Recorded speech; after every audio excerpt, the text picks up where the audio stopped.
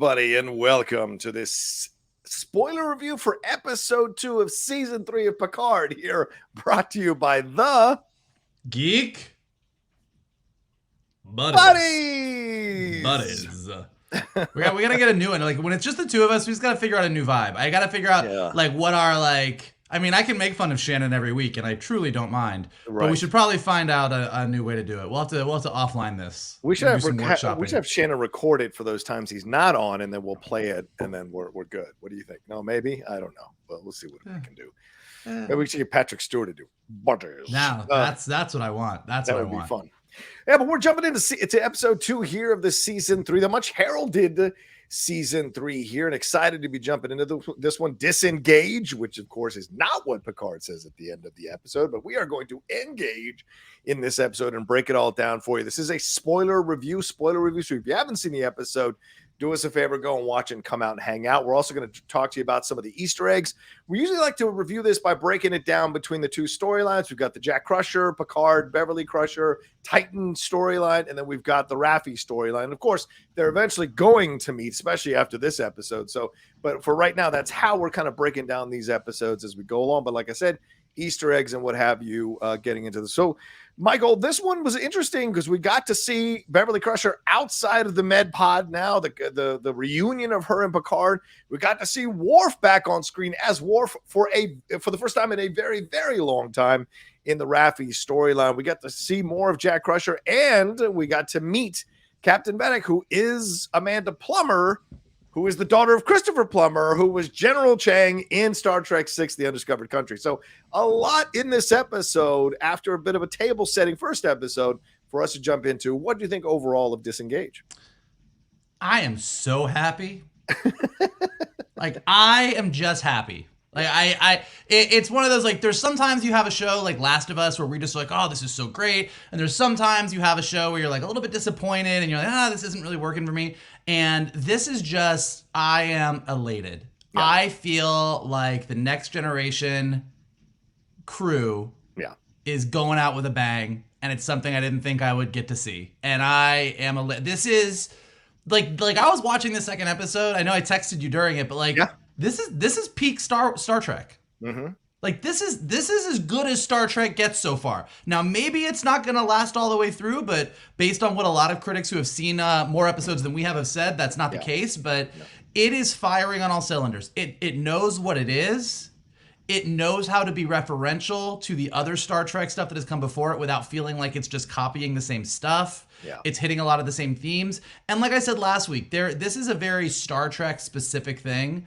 There is just something about seeing the crew that you grew up with getting older, not always looking like they're in tip-top shape, not being in their prime, but going out on one big adventure. And within the show, they are also older and not in their prime, and it's something that's remarked on. And it's a thing that they did with the original cast through all of the OG Star Trek motion pictures. Yeah. It's a thing that they were probably planning on doing with the Next Generation cast, but the last 2 movies did not do so great. Yeah. And it looks like now we're going to get on TV what is the last great Next Generation adventure. Yeah, absolutely. And, to all you Next Generation fans who are now older and used to make fun of us for loving those old school movies, the original series movies. And I know there's some of you out there who are watching or listening to us. And I know that is a part of the fandom that was initially. People are like, oh, I don't want to go back. The original series is so dated. What, these old people in space? They wouldn't be able to commandeer ships. Well, welcome to the boat. Welcome to the boat with your crew that you grew up with. And that's the circle of life and entertainment. Always, when you're young, you're like, oh yeah, my stuff is cutting edge. And as it gets older, the nostalgia of those people coming back, you just can't help but be connected to it because you get older and you feel that nostalgia and you love to see them coming back. And this is the way to bring them back. And I agree with you, Michael. I think what they've done really well in this show is understand why people love Star Trek. It permeates throughout the entire show. Yes, is this more of the newer approach? Yes. But there is references to the old stuff. Are there winks and nods to things that are connected to older stuff of Star Trek? Yes. Are there winks and nods for those of you who are deep cut Star Trek fans? Yes, there's stuff throughout this episode as well with the Easter eggs that are little winks and nods. So they understand how to appeal to the entire fandom without risking the story and the narrative that they are centrally trying to tell. And certainly in this episode, we saw that again. I really enjoyed what we got in terms of the Jack Crusher storyline, that developing a little bit more here, seeing some more levels to Shaw as well, a little insinuation that there's a psychological issue with Shaw that Vadic refers to when she's first hailed on the frequency there and having a conversation with everybody. So I loved getting a little more of the fleshing out. And then, of course, Riker confronting Picard and being like, dude, you don't see what everybody else sees. Are we not going to talk about it? Are we really not going to talk about it? I love that old school stuff coming back. And, of course, Worf. How could you not enjoy Worf chopping some people and slicing off heads in a seedy city on the planet? So just so much fun to jump into that I really enjoyed from this second episode, fleshing out a little more of the main storyline here and also seeing where everybody stands in the situation. So I like that a lot. Well, let's jump into the main storyline here, Michael, as we go into this episode. So basically, we start off with Jack Crusher. He is on the ship here, which is 2 weeks ago. He's on Elios 12 there, which is a Mariposa medical vessel, he says, which is a reference to the 21st century Mariposa Medical Clinic, which was run by Dr. Teresa Ramirez in Picard season 2. So a little bit of a reference there. A little bit of a time travel reference. Had they not gone back in time in season 2, that would not be a Mariposa class vessel. But look, that's what I love. I think just really quickly on that, I know you're giving the rundown, but I do love through mentioning Picard's synth body. Like, there's a lot of ways, they very wisely, I think it's clear that they know that season 1 of Picard and particularly season 2 of Picard didn't really work. Yeah. But they haven't thrown the baby out with the bathwater. Even if they didn't work, they exist. They happened, and they're still finding ways to give those references. They're not just like burying it and saying it never happened. And I think that's good. I like that. You look, once something's out in the world, it's canon. And whether you nailed it or whether you didn't stick that landing, it exists. And using it to further tell stories, even if it's just a fun Easter egg like this, I think is a smart move. I still keep waiting for somebody to mention midichlorians in new Star Wars, but it hasn't happened. But yes, I hear your point. Yes, you're right, Mike, because Rio stayed behind the 21st century to help Teresa with humanitarian aid. So it seems like this type of medical vessel would be part of it. But he is met by 2 Fenris Ranger ships. He says they're trying to save thousands of people with Galarian fever down on the planet. That's what Jack says. The Rangers come aboard, inspect the ship. Jack shows them the medical supplies and Romulan ale. A nice reference there. The bottle even looks like the one that Bones used in the Wrath of Khan, which was our first introduction to Romulan ale when he walks in to give it to Kirk for his birthday. And they do drink it in Star Trek 6. So I wonder if that's a part of this as well. He bribes them with weapons. We find out the warlords engineered the disease. And then the main ranger says, as they're leaving and they've taken the bribes, reach out to the marked woman. We found him. So a reference there to what we're going to see a little bit later. Menacing ship. We head back to the present day and we see that this menacing ship is bearing down on Elios 12. Jack mentions that it was the Rangers, then the Klingons who came by, and then 3 people in Starfleet uniforms talking about the Prime Directive. Are we talking about them? Who are we talking about there, Mike? With 3 people, in the Starfleet uniforms talking about the Prime Directive. Who was that? I think we're just pointing out that whatever's going on here, and this is kind of like referencing what Beverly said in the first episode of Trust No One, this is big. Like, this isn't like, oh, the Klingons are coming for us, or even it's the Borg. Whatever is going on and whoever is pulling the strings, both in this story and the Raffi storyline, it goes beyond race, beyond planet. There's people all over the place. I do think, on the note of the Prime Directive thing, one thing that's very interesting about this season of Picard is the way they're talking about the Federation, particularly Jack Crusher. Like, in Gene Roddenberry's time, the Federation was great. The Federation worked. We had gotten rid of everything. Federation was perfect. Federation solved all problems. We had no money. Everybody got along. Isn't this great? Based on what Jack Crusher is saying, and it seems that Beverly is on his side, and there's a lot of references here to maybe the Federation is great in a lot of ways, but it's not perfect. Right. And even Jack Crusher's dismissive kind of, he says they were trying to Prime Directive me to death. Right. Basically, it seems like what we're setting up with Jack Crusher here, and maybe he's conning all of us, is that he might be breaking the law, but he's breaking the law to do a lot of good. And sometimes these laws and the red tape of the Federation are preventing people from getting help. And I think just in the overall thing, the Prime Directive thing made me think of it. It's interesting that this Star Trek is kind of poking some holes in the Federation, which I think is good, and also reflective of the world that we live in today. Yeah, absolutely. 100%, Mike. And I also think that, the entire series of Picard has kind of been poking holes in the Federation from season 1 on. So it sticks with the vibe of what Picard, but this is a little more on the nose than I think of what they're doing here with Jack Crusher. And of course, Jack Crusher is a reference to Jack Crusher, who is Beverly Crusher's husband there, Jack Crusher Sr., right? And so not his dad. Well, not his dad, right? Of course. Yeah, I corrected myself there because Jack Crusher died under Picard's command in the bonding. We even learned that Wesley Crusher had issues, blame Picard for the death of his father. So interesting stuff there. Are we going to get a Wesley Crusher, Jack Crusher conference about their fathers? That's going to be really interesting if that happens. Anyway, Picard wants to negotiate, but Jack makes it clear they don't want to negotiate. They want to get Beverly on the shuttle and get help from the Titan. The Titan picks up the vessel, but Shaw won't let the Titan engage. Riker essentially implies that Jack is Picard's son, even though Picard won't admit it. Then the menacing ship shoots on Helios 12, and the shuttle is destroyed. And we see as the pieces of the shuttle fly by that they were going to put Beverly Crusher on, and that, of course, Picard and Riker had flown to Helios 12 on from the Titan there. We see in the wreckage Savick, the name Savick on the wreckage. So they named the shuttle for Savick. And of course, for those of you who know Savick, that is the Vulcan officer in Star Trek II Wrath of Khan, played by the late Kirstie Alley, and Robin Curtis took over the role in Star Trek 3. And Savick, according to, I'm getting the Paramount official logs on Instagram, Savick was the captain of the first USS Titan. And we see the Titans when Shaw is in his quarters. We see all 3 Titans rather there in model form. So very interesting to see that. So good beginning here, Michael. What are your thoughts here as we intro all of this stuff to start off with here in this episode? Well, I think it's great the way that they show us Jack Crusher at the beginning, like kind of like taking a step back 2 weeks and seeing what Jack Crusher does, because it does sort of inform our opinion of him through the rest of the episode. Yeah. Because like I said, everything he's saying, he does have medical supplies. He's not above bribing the Fenris Rangers, but he does have medical supplies. And his entire point is that all of the red tape that he is breaking the rules on is going to prevent these people from living. Yeah. And so, we are sort of inclined to go, okay, maybe he is an outlaw, but like a lot of outlaws through history, he seems to be an outlaw who's doing the right thing. So I love that setup of everything. Then catching back up to where we are sort of everything. I think my favorite thing about all of this is Jonathan Frakes acting, which is not a sentence I ever thought that I would say. But come on now, he's good.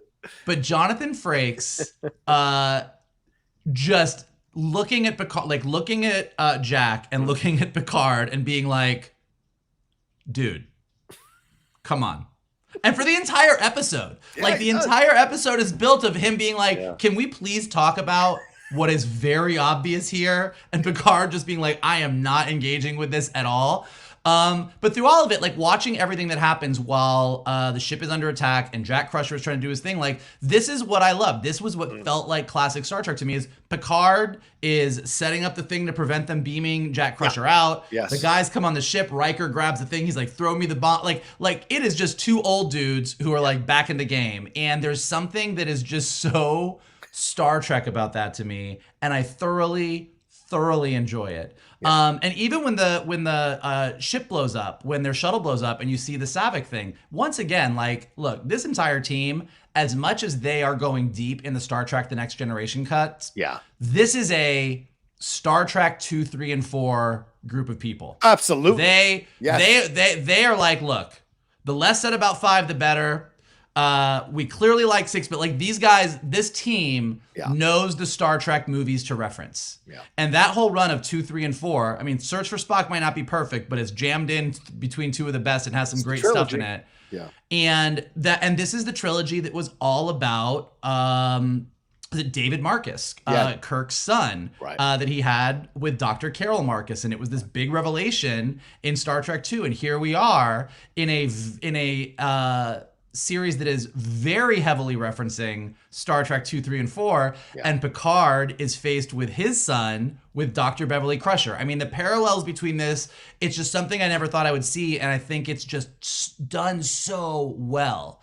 The other thing that's done, what were you going to say? Real quick, even the Savick thing, because of course Savick essentially had the relationship with David Marcus in 2 and 3, or in 3, it seemed like she was having this relationship with David. So there's even that connective tissue as well throughout this. Yeah. Yeah. And I mean, just all of this down the line. I mean, look, David Marcus getting killed by the Klingons drove Kirk's character arc throughout the back half of his life. Yep. His hatred for the Klingons. Exactly. I mean, like this like defined Kirk in so many ways for so much of his life as a character. And it's going to be really interesting. You know, like I said, I don't know that the Next Generation crew has a lot more coming out after this, but it's going to be really interesting to see how this revelation affects Picard in this storyline. The other thing that I think they're doing really, really great is Captain Shaw. Yeah. And we'll get to that. It is a fine line. Yeah. Well, but just even what you said, like at the beginning of him not wanting to like help them, like Captain Shaw is going to be a great character this season. Oh yeah. Like you can already tell, like they are very purposely not giving us a black and white, here is the bad captain that the good guys need to fight against. Like this is an interesting, complex character, and I'm really excited to see where it goes. Absolutely. So let's head back there. We go back to the Titan. Hansen walks in, or 7 of 9, if you want, to Shaw's quarters to confront him, put it on the table that he could be a hero and save these 2 heroes, the 2 legends, or be a pariah who let these legends die. Picard, as you said, Michael is posting these transport inhibitors, and he realizes that Vadic wants Jack Crusher here. As you mentioned, they board the ship, these people, and Riker kills 2 of them. They are being yanked into the ship then by a tractor beam. Alias 12 is Beverly's med pod is losing power. Just then, Titan shows up and breaks the tractor beam. And for those of you who are new generation fans of the movies, it's very similar to when what's that? Yeah, First Contact. When the Enterprise E warped in to save the Defiant from the Borg in First Contact. They get transported out after Picard's tractor beam inhibitors are broken by him after he placed them. And Shaw and the boys, once they get on the ship, have a back and forth. They're being hailed, and it's Captain Vadic, as I mentioned, and we see Amanda Plummer for the first time. And of course, as I mentioned, she is the daughter of Christopher Plummer. A lot of people pointed out online that the chair she's sitting in is very similar to the chair that Christopher Plummer sat in Star Trek VI. So maybe a nice homage to her dad there. She knows who Captain Liam Shaw is. She knows something about his psychological profile. She wants Jack because there is a bounty on his head. She lowers her weapon so they can scan her, or lowers her shields rather, so they can scan her ship and see all the weapons that she has, including this unidentified weapon that is locked and loaded in the bay of her ship. And then to show her power, she tractor beams the Helios and essentially throws it at them in space. That's a move I've never seen in Star Trek. Someone throwing a ship at another ship. It was intense. So she gets off there. She says, you have an hour. Now they want to know about Jack Crusher. What's the deal? We find out as Shaw confronts him while Riker and Picard are there as well, that he has multiple names and he is a con man. And we hear all these names being mentioned. One of the names, though, James Cole, is a reference to 12 Monkeys, which is, of course, who Todd Stachwick, who plays Captain Shaw, was a series regular on 12 Monkeys. And so there's a reference there to one of the main characters in 12 Monkeys. Shaw calls out 7 of 9 with the old needs of the many argument outweighing the needs of the few, and she is relieved of duty because he says to her, you sacrificed 500 lives for these 2 people. So I had that Star Trek II Wrath of Khan stuff going through my head. Riker confronts Picard about Jack being his son, as we mentioned. Picard confronts Jack and brings up his past crimes, organized crime on Doria, actual terrorism of Binar 3, wanted for the death of a man, Andreas 5. Jack says Beverly was behind him or alongside him, and calls out Picard because Picard is like, no way Beverly would do this. No way Beverly would support this. What are you doing? And Jack pushes back and says, you haven't seen her in 20 years. Who is the same person they were 20 years later? You've been on your vineyard so long, old man, that you didn't realize other people have moved on. And, you know, people gave 2 a little bit of guff season 2, but we did see how everyone had kind of moved on from Picard and doing their own thing. And Picard was a little surprised to see the different dynamics in those relationships. So you think he'd realize that as well. But then Jack offers to sacrifice himself for his mom, and reveals all this stuff about how his mom was there either kicking his ass or side by side with him. And then Shaw and Picard, we go later on to Shaw and Picard and Riker arguing over Jack. And Shaw makes good points here about the sacrifices. Then Jack escapes the brig. Riker wakes up Beverly. Vadic hails them to remind them of the time here. She informs them that her vessel is the Shrike, explains what a Shrike is, and that we'll take a piece of them for every second they delay. They are informed of the security breach. 7 of 9 finds Jack, and they have a standoff. Picard informs Shaw that Jack is trying to hand himself over, which is why he's trying to transport himself over to Vadic's ship. Just then, Riker, who has woken up Beverly, walks onto the bridge with Beverly, Crusher, and Picard and her share a moment. She doesn't say a damn word, and he knows that Jack is his son. He tells Shaw, who has a great reaction, God damn it, and he hails Vadic, and Picard takes over as an Admiral would, even though he's retired, takes over as an Admiral would, shoots them to escape, and escapes into the into the nebula, not the Mutara Nebula. And we hear that famous blaster sound cue from Star Trek The Motion Picture and from Wrath of Khan, the last time we saw a nebula, at least in my mind, in Star Trek, or one of the most famous times, rather, we saw Nebula in Star Trek II, Wrath of Khan. So a lot happened here to jump into in this storyline here, Michael. What stood out to you? What do you want to talk about? What do you want to get into here as we follow Jack Crusher's storyline all the way to this end where Picard takes the Titan out of range of Vadic's ship? Well, again, I think the thing that they do really, really well here is a lot of times when you're writing a script and you know what your heroes need to do, you want to put a bunch of obstacles in their way. And a lot of times obstacle can be an obstinate captain who's just not going to listen to reason. Mm-hmm. But what they've done with Shaw is they've given us an obstinate captain who has some really good points. Yes. Look, we all love the whole Kirk Spock, to your point, we all love the Kirk Spock, the goods of the many outweigh the needs of the one, the goods of the one outweigh the needs of the many kind of discussion, because that's how we all feel about our loved ones. In theory, the goods of the many should outweigh the needs of the one. But if that one is your best friend or your partner or your child, you're going to do something different. But Shaw isn't wrong in saying that he's got 500 people on board the Titan that he's responsible for, and he takes that really seriously. So even though obviously we're on the side of Picard and Riker and Beverly, and we want everyone to be saved and we want this stuff, he's not just being an idiot. And I think that's what's really interesting about his character. He's a lot of fun. He's going to follow the rule book. He's going to do his thing. But even by the end, we're seeing this is going to be an interesting kind of vibe between him and Picard and Riker. He's a great new addition. Mm-hmm.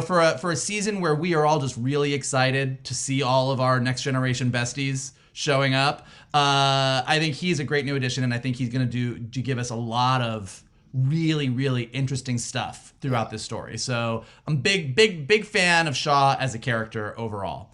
Let me chime in on that before you move forward. Yeah, I 100% agree with you, Mike. I really love what Todd Stashwick is doing with this character and how he's acting in certain moments and giving you levels without saying words in his reactions to certain things. And clearly, when Vadic calls out his psychological profile, that's the first time you see Shaw actually pause for a moment and consider what she might know about him that he doesn't want other people know. He's all bluster and chest puffing out and swinging his dick around. But if someone knows that thing that unlocks you and makes you vulnerable, that could be a very powerful card to play when she wants to play it, and could upset the power dynamics on the Titan. So you love that they've given him this little thing that might get exposed and you can have in the back of your mind as you watch this season. And the fact that he does get convinced by 7 of 9. So there is an instinct of his to do the right thing, to interfere there in the beam. And then later, he doesn't stand in the way of Picard taking over his ship. Even though he's a retired admiral, he doesn't have to listen to him, but he lets Picard take over the ship. Picard has more experience with these kinds of evasive maneuvers and fighting stuff that logically makes sense, but he didn't have to, and he does. So that also kind of signals an interesting element to his character. And he knows a lot about Jack Crusher. He asks questions. He asks legitimate questions, and he defends his position very well, and it makes sense. And you're right, making him a much more fleshed out, three-dimensional antagonist is so much better for the overall narrative of the show. Go ahead. Keep going. And additionally, props to Jeri Ryan as 7 of 9. She's really just doing a great job of holding her own in these scenes. And even when she doesn't say anything, like when Shaw relieves her of duty, the look that she gives him, I don't want anybody looking at me that way. Like she's just doing a great job, and she, I obviously as a big Voyager fan, been a big fan of her throughout her entire career in Star Trek. But I think what they've done with her in season two, but particularly between season 1 to here, and her arc of becoming a Starfleet officer, something that she always wanted, but something that she's willing to throw away for loyalty. I think, obviously with the Next Generation crew and these stories, and again, harkening back to Star Trek and Khan and and the search for Spock and Voyage Home, like loyalty to your crewmates and your ride and die homies is a big part of what we love about Star Trek. And a lot of what's happening here is setting up that kind of storyline. And then if we're going to talk about good performances, let's talk about Vadic. Amanda Plummer's creepy as fuck.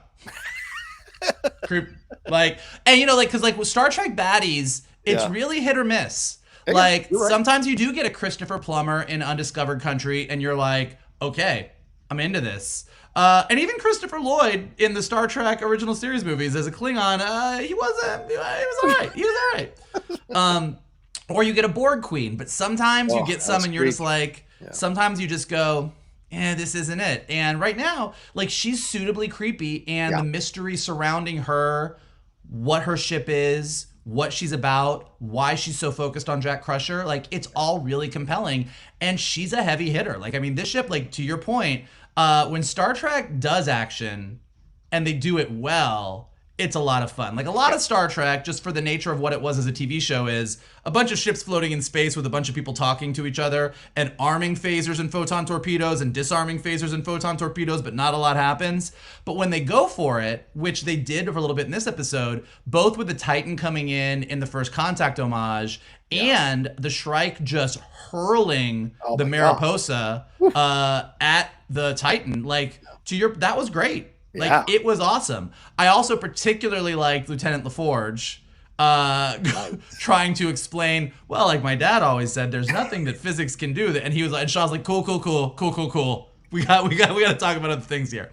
So just a lot of really fun. I mean, like I said, I mean, as you can tell from like me just sort of gushing about this episode, I was just watching this, and I think any of you who are listening, any of us who are Star Trek fans, we've had our good times, we've had our bad times. Yeah. And we've all lived through some bad movies. We've lived through some rough seasons, and we stick with it because we love the bigger ideals of Star Trek. Yeah. But when it hits, like I remember sitting in a movie theater with my dad and my little brother when First Contact came out. It was a packed college theater in Gainesville, Florida.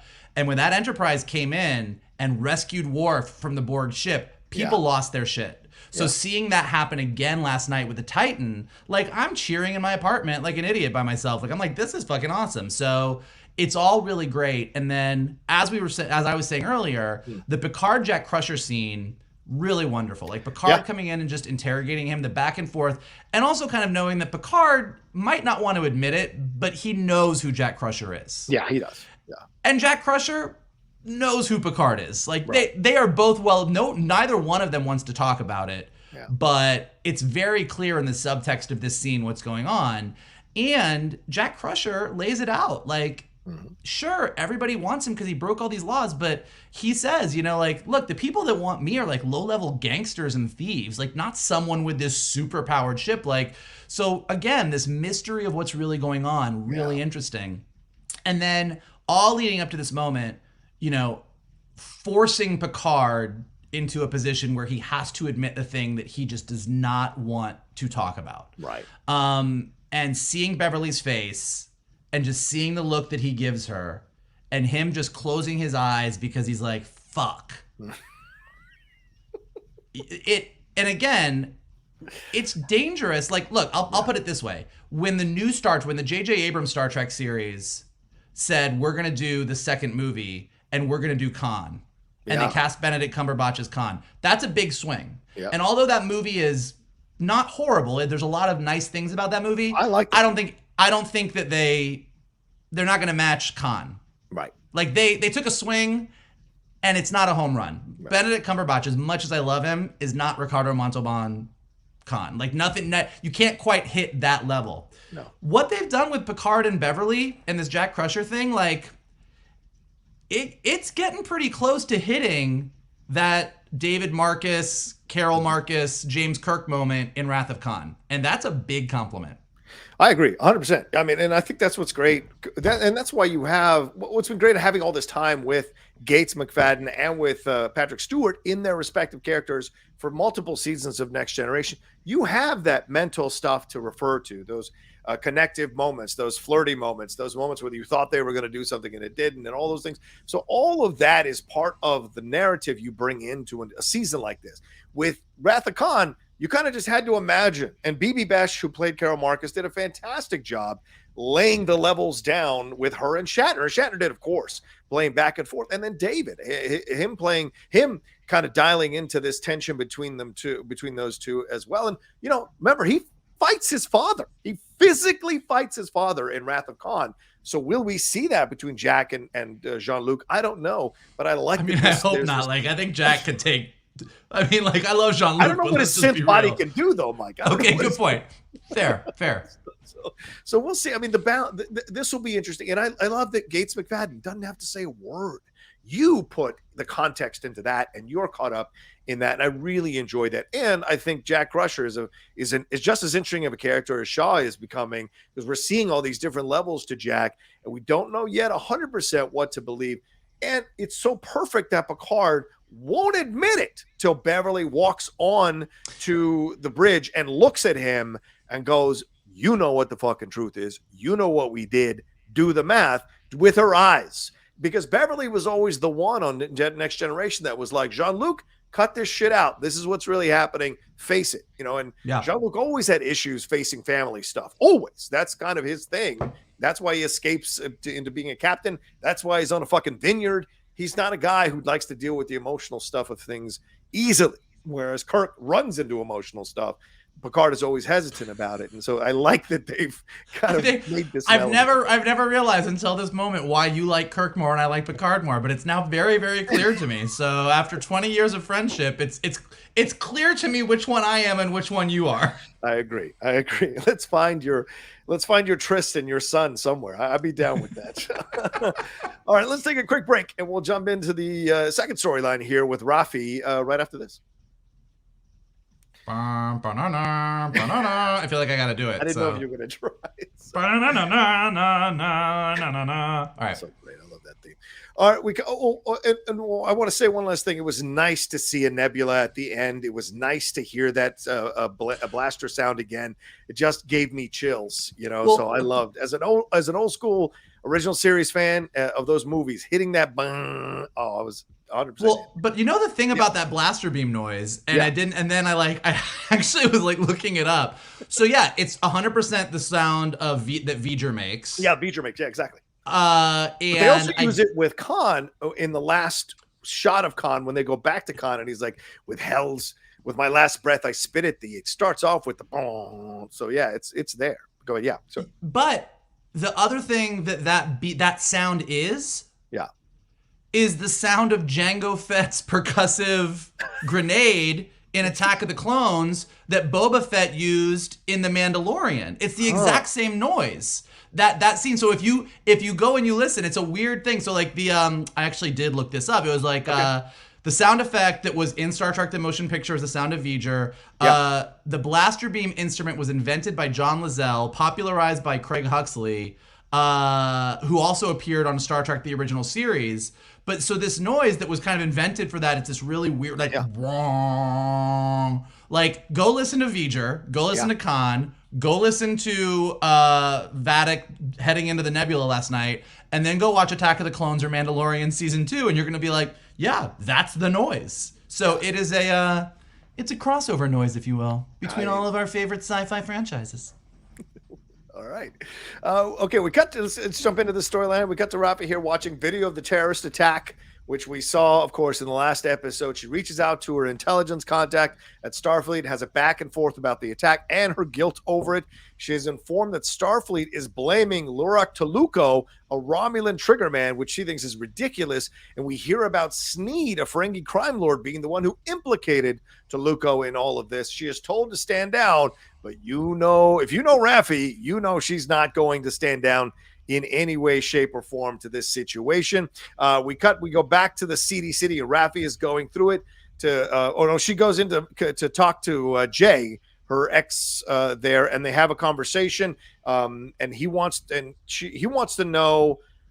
She wants to know about her son and all of this, and they're having this back and forth about it. And she apparently ambushed their son to try to see her grandchild, and that kind of caused some problems. What's that? In season 1. In season 1, right? Exactly. So we see that being referenced here in this situation. But she asks Jay for an intro to Sneed because Jay knows people who work at that bar, so he knows Sneed.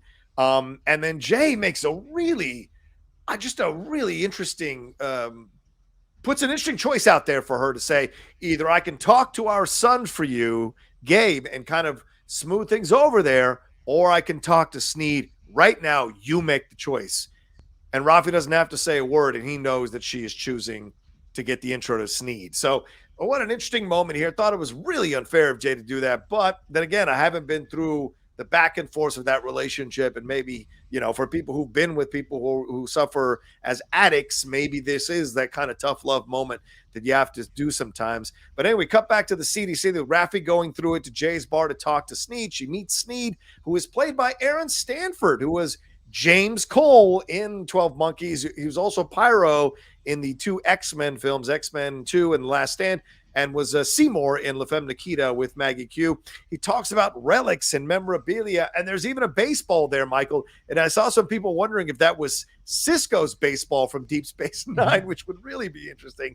Raffi says she's not working for Starfleet and that she's a freelancer. She brings him some kind of drugs. He looks at it, and she wants to know his connection to Toluco because she says that she works for Toluco, and so she knows it wasn't him who did that attack. He thinks she's Starfleet Section 31, a reference to a lot of things that's been referenced before. He asks her to prove it by offering her drugs, and she takes it. The drug is called Splinter, which is another 12 Monkeys reference because that's the time-traveling tech they have on that show. She fights it off, insisting that she works for Toluco, but then Sneed says, I know you don't work for Toluco because I got his head right here, and says that she'll be dead soon. She stabs Toluco's hand as he reaches for his little black book. Sneed's hand, and then loses her energy from the splinter, falls down, and through her haze and through other shots, we see this shadowy figure slicing up all of Sneed's guys and then eventually taking Sneed's head off as well. And we see as this shadowy figure, and we probably already knew, picks up Raffi, we see that it is Worf, and he says, I told you to stand down. This is the first time that we've seen Michael Dorn as Worf since 2002 in Star Trek Nemesis. And just a little background real quick, he appeared in the most episodes of Star Trek, which might surprise people. 174 episodes of Next Generation, 96 episodes of Deep Space Nine. And here's a little trivia. When we see him, Jerry Goldsmith's Klingon theme, which was in Star Trek The Motion Picture, is played. And it was also the same theme that was used for him in First Contact. And the weapon he uses, it's a new weapon that was designed by Dan Curry, who designed the Batleth and the Mek'leth. The new Klingon weapon he uses here is the Kurleth. So, Michael, your thoughts on this Raffi storyline, the interactions with Jay, the interactions with Sneed, and Worf coming in now to be added to this season 3 of Picard? Well, it's interesting. From season 1 on, it was interesting wondering where they were going to go with this Raffi storyline with her son, grandchild, the whole thing. And I think what they did here, which is really interesting, is it's an inverse of what we were just talking about with JERI Ryan and Seven of Nine's character. Yeah. Like, Seven of Nine makes a choice that the good of the few outweigh the good of the many in wanting to rescue Picard and Riker. But here, the ultimatum that her ex-husband gives her is like, look, I know you want to have this relationship with your son, so I'll talk to him, or I'll go hook you up with Sneed. And they do a really interesting thing because we're kind of on, as much as we are on JERI Ryan's side, that you better go in and save Riker and Picard, here, Raffi's like, there's a bad thing happening. I can't let this go. Yeah. And so using this whole storyline of her and her son, and she's willing to let that go to get to the bottom of what's happening, it makes me like Raffi a lot. I think it was a really great, I think they used what they had sort of been given with season 1 and 2 and what we know of Raffi so far, but I think they used it really, really well to sort of put us in a position where we're like, Raffi's gonna ride or die this thing. Like, she is in it to win it, and she's gonna get to the bottom of this shit. Like, it makes her like kind of a badass. I think you make an excellent point. She chooses to go the needs of the many over the needs of the few. That's still great, Mike. I didn't catch that. Go ahead. Yeah. So then Sneed is. I love Ferengi. Oh my god. I love Ferengi. I think when Star Trek: The Next Generation first came out, they thought Ferengi were going to be the new Klingons. Like, they were like, these are going to be our big bads. Like, if you watch like the very early, like season 1 when the Ferengi show up, they were very like, oh, these are these new bad guys. And I think they quickly realized like, okay, these guys are no Klingons, but they have become. They're sort of the equivalent to, like, in a way, like what the Hutts are in the Star Wars universe. Okay. Like, they are just these underworld wheeler dealers from Quark and DS9. Like, they're just fun. Yeah. Like, you can never quite trust a Ferengi, but like you kind of can. Like, they're just playing a Ferengi must be an absolute blast. And Sneed is just, in the very little time that we have with Sneed, is a great Ferengi. And again, you get this whole idea, Star Trek, in Star Trek, the motion picture and Next Generation, there's always been talk about the Federation not using money and that there's no money in the 24th century. But there clearly is money, and Raffi kind of shows him a bunch of money. And it's just interesting that, like, again, we're making this distinction that the Federation has a way of doing things, but there's a lot of things outside of the Federation. And I think diving into that is a really interesting thing that they have going on. And then, of course, like, Worf showing up is great. It's a great reveal. As soon as she's like on the floor, kind of swimming, and her eyes are hazy, and you sort of see him come in, we all know who it is. Yeah. We all know what's going on. And I had this funny reaction because I was like, I don't really know why Worf is there, but I mean, I'm on board. Glad he's in the show. Let's see where it goes. But then the reveal that he was her handler. Yeah. And he was the one that was telling her to disengage.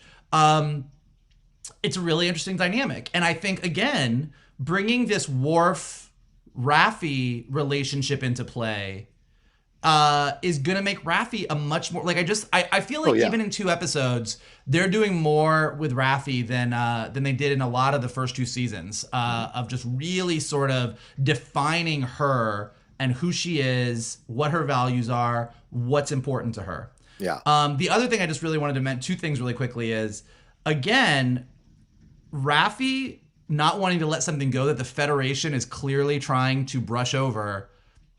Another not great look for the Federation. Right. The other thing is, what is the Romulan's name? Who Sneed has his head? What's the guy's name? Where is it? Toluco. Yeah.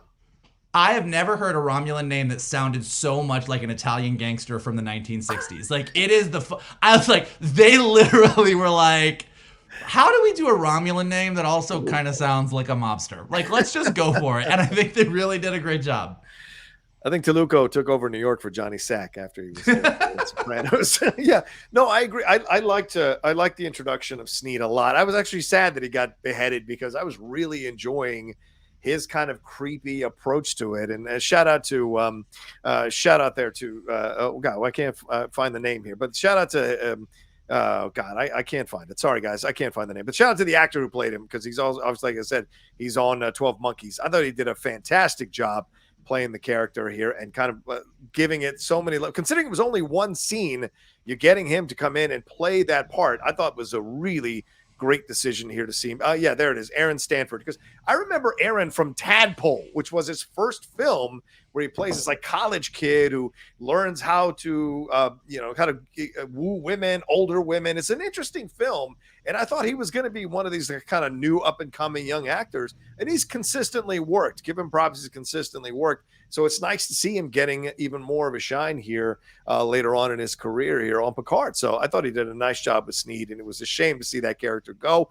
But the Raffi stuff, it's as difficult as can be, as we spoke in the last review, Michael.